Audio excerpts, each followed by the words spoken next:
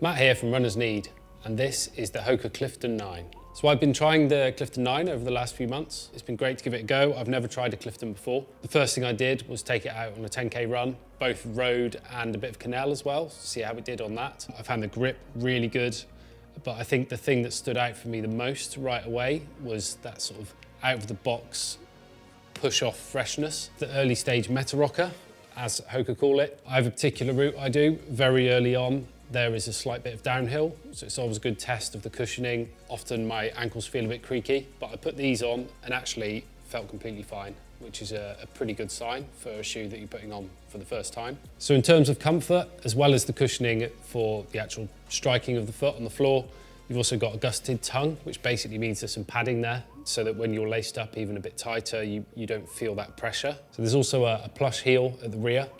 So what this does is it really hugs against the foot and keeps it secure in there, but also keeps it comfortable. So the Clifton 9 would be a good one to start your running journey in. The level of cushioning it offers and the support that it gives would really help, especially if you tend to be new to the sport, you perhaps are not as attuned to some of the stresses. The supportive nature of the shoe would really help with that. Any runner who's on the road a lot would really appreciate this shoe because the level of grip it offers on that surface is really good, as well as rolling you onto your forefoot, which we've already discussed. And yeah, I just really enjoyed running in it. I think the other thing with this shoe to mention is that it is generally a bit narrower than sort of a trail version of a Hoka. Well, that's what I found anyway, but it's still very lightweight. I wore the Clifton 9 mainly on road.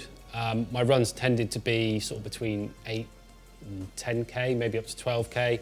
I didn't take it too much further because I was training for events that weren't quite as long as that, but I could definitely see somebody doing sort of marathon runs and training in it as well. I think it would be durable enough to cope with that and really help with your performance as well. In terms of environmental credentials, there's a recycled upper to the shoe, and it's also a vegan shoe. The Clifton 9 also features in our top running shoe video, which you can see available here.